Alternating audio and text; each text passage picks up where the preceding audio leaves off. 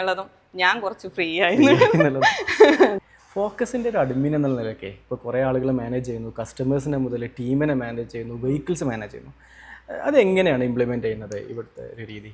ശരിക്കും പറഞ്ഞാൽ ഫോക്കസിന്റെ tech ecosystem വന്നതിന് ശേഷം നമുക്കിപ്പോൾ വളരെ ഈസി ആയിട്ട് തന്നെയാണ് നമുക്ക് ഓരോ കാര്യങ്ങളും നമുക്ക് ചെയ്യാൻ കഴിയുന്നത്.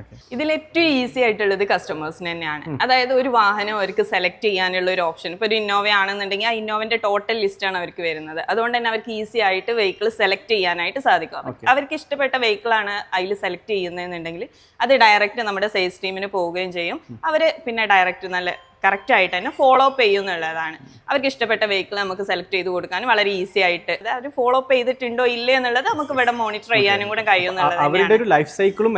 അതെ അതെ അതെ നമുക്ക് കറക്റ്റ്. അതോടൊപ്പം തന്നെ നമുക്ക് ഇൻസ്പെക്ഷൻ എന്നുള്ളത്, ഇൻസ്പെക്ഷൻ ആണെന്നുണ്ടെങ്കിലും പേയ്മെന്റ് അടക്കം വെഹിക്കിൾ കാര്യങ്ങളൊക്കെ ഡീറ്റെയിൽസ് കാര്യങ്ങളൊക്കെ കൊടുത്ത് പേയ്മെന്റ് അടക്കം അവർ ചെയ്യുകയാണെന്നുണ്ടെങ്കിൽ നോർമലി നമുക്ക് അവർ എവിടെയാണ് ഏത് ലൊക്കേഷനിലാണ് വരുന്നത് എന്നുണ്ടെങ്കിൽ അവിടെ പോയിട്ട് ഏകദേശം 130+ ചെക്കിങ് കാര്യങ്ങളൊക്കെ ഇൻക്ലൂഡ് ആയിട്ടുള്ള ഒരു കറക്റ്റ് റിപ്പോർട്ട് കാര്യങ്ങൾ ഓൺലൈനായിട്ടും കൊടുക്കും. ഇവിടെ ഇല്ലാത്ത ആളുകളാണെന്നുണ്ടെങ്കിൽ നമ്മൾ വാട്സപ്പ് ആയിട്ട് നമ്മൾ PDF ആയിട്ടും കൂടെ നമ്മൾ കൊടുക്കുന്നതായിരിക്കും.